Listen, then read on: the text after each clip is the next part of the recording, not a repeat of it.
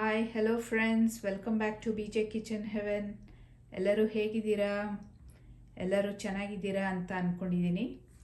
So ಇವತ್ತು recipe ಮೀಠಾ rice, ಮೀಠಾ ಚಾವಲ್ ಅಂತಲೂ ಕರೀತಾರೆ. ಸೊ ಅದನ್ನು ಮಾಡ್ತಾ ಇದ್ದೀನಿ. ಸೊ ಬನ್ನಿ ನೋಡೋಣ ಹೇಗೆ ಮಾಡೋದು ಅಂತ. ಸೊ ಇಲ್ಲಿ ನಾನು 1 ಕಪ್ ಬಾಸುಮತಿ ರೈಸ್ ತೊಗೊಂಡಿದ್ದೀನಿ.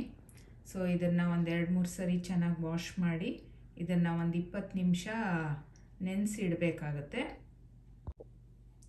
ಸೊ ನಾನು ಇದರಲ್ಲೇ ಯಾವ ಪಾತ್ರೆಯಲ್ಲಿ ಮಾಡ್ತೀನೋ ಆ ಪಾತ್ರೆಯಲ್ಲೇ ಅದನ್ನು ಚೆನ್ನಾಗಿ ವಾಶ್ ಮಾಡಿ ಇಟ್ಕೊಂಡು ನೆನೆಸಿಡ್ತೀನಿ.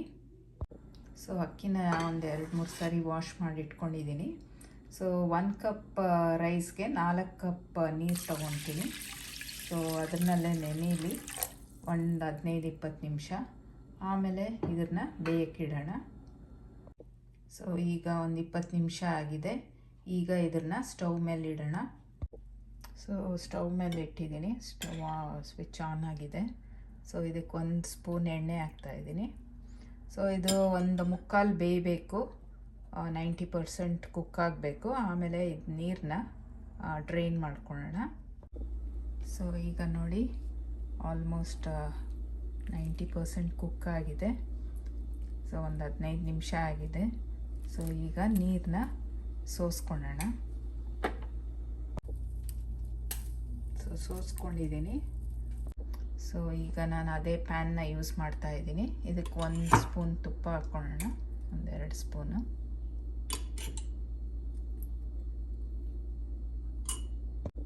ಸೊ ತುಪ್ಪಕ್ಕಾದ್ಮೇಲೆ ಇದಕ್ಕೆ ಒಂದು ಸ್ವಲ್ಪ ಗೋಡಂಬಿ ದ್ರಾಕ್ಷಿನ ಹುರ್ಕೊಳ್ತಾ ಇದ್ದೀನಿ.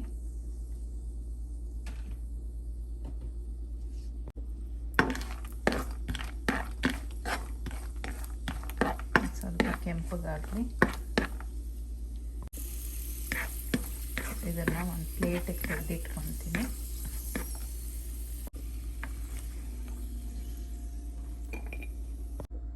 ಸೊ ಈಗ ಈ ತುಪ್ಪಕ್ಕೆ ಚಕ್ಕೆ, ಲವಂಗ, ಏಲಕ್ಕಿ ಹಾಕ್ತಾಯಿದ್ದೀನಿ. ಸೊ ಉರಿನ ಕಮ್ಮಿ ಇಟ್ಕೊಂಡ್ರೆ ಒಳ್ಳೆಯದು.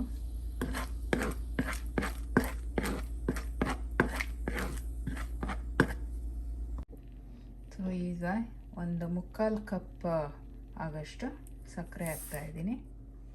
ಇದಕ್ಕೆ ಒಂದು ಅರ್ಧ ಕಪ್ ನೀರು ಹಾಕೋಣ.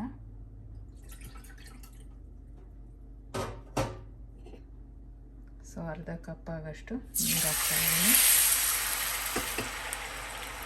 ಕಲಿಸ್ತೀನಿ.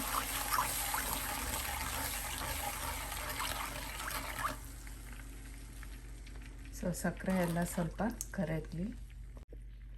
ಈಗ ಇದಕ್ಕೆ ಒಂದು ಸ್ವಲ್ಪ ಸ್ಯಾಫ್ರನ್ ಹಾಲಲ್ಲಿ ನೆನೆಸಿರೋದು ಹಾಕ್ತಾಯಿದ್ದೀನಿ.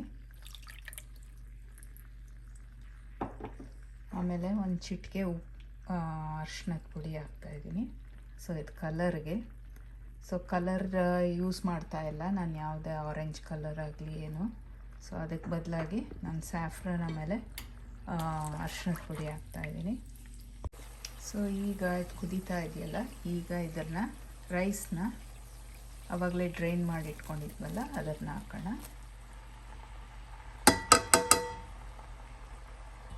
ಸೊ ಈಗ ನಿಧಾನಕ್ಕೆ ಇದನ್ನು ಮಿಕ್ಸ್ ಮಾಡಬೇಕು. ಇಲ್ಲಿರೇ ಅಕ್ಕಿ ಗ್ರೈನ್ಸ್ ಎಲ್ಲ ಬ್ರೇಕ್ ಆಗದೆ ಇರೋಂಗೆ ನಿಧಾನಕ್ಕೆ ಇದನ್ನು ಮಿಕ್ಸ್ ಮಾಡಿಬಿಟ್ಟು ಇದನ್ನು ಸಿಮ್ಮಲ್ಲಿ ಕವರ್ ಮಾಡಿ ಒಂದು 5-10 ನಿಮಿಷ ಇದನ್ನು ಬೇಯಕ್ಕೆ ಬಿಡೋಣ.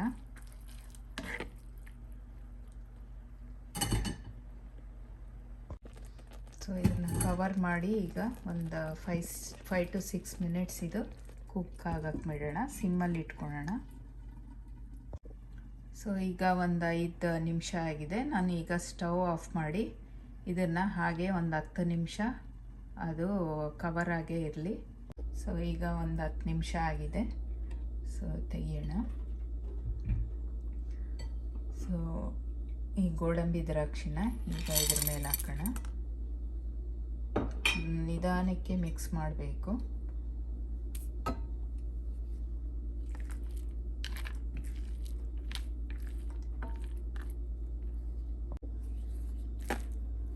ಸೊ ಈಗ ಸರ್ವ್ ಮಾಡೋಣ.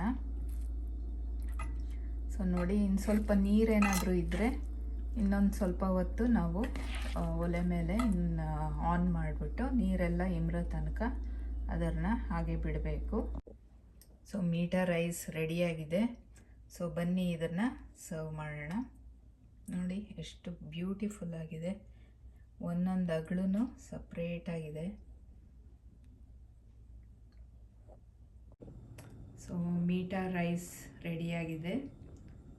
ಸೊ ಇದನ್ನು ಡೆಸರ್ಟ್ ಥರನೂ ಮಾಡ್ಕೊಬೋದು, ಅಥವಾ ಪೂಜೆಗೆ ನೈವೇದ್ಯಕ್ಕೆ ಕೂಡ ಇದನ್ನು ಸುಲಭವಾಗಿ ಈಸಿಯಾಗಿ ಮನೇಲಿ ಮಾಡ್ಬೋದು. ಸೊ ನೋಡಿ ಎಷ್ಟು ಒಂದೊಂದು ಗ್ರೈನ್ ಕೂಡ ಎಷ್ಟು ಬಿಡಿ ಬಿಡಿಯಾಗಿ ಸೂಪರಾಗಿದೆ. ಸೊ ಇದು ರುಚಿ ಕೂಡ ಅಷ್ಟೇ ಅದ್ಭುತವಾಗಿರುತ್ತೆ, ಆಮೇಲೆ ಒಳ್ಳೆ ಫ್ಲೇವರ್ಫುಲ್ಲಾಗಿರುತ್ತೆ. ಸೊ ನೀವು ಟ್ರೈ ಮಾಡಿ ಒಮ್ಮೆ. ಸೊ ಹೋಪ್ ಈ ವಿಡಿಯೋ ನಿಮಗೆ ಇಷ್ಟ ಆಗಿದೆ ಅಂತ ಅಂದ್ಕೊತೀನಿ. ಸೊ ಮುಂದಿನ ವಿಡಿಯೋ ಸಿಗೋ ತನಕ ಟೇಕ್ ಕೇರ್, ಬಾಯ್.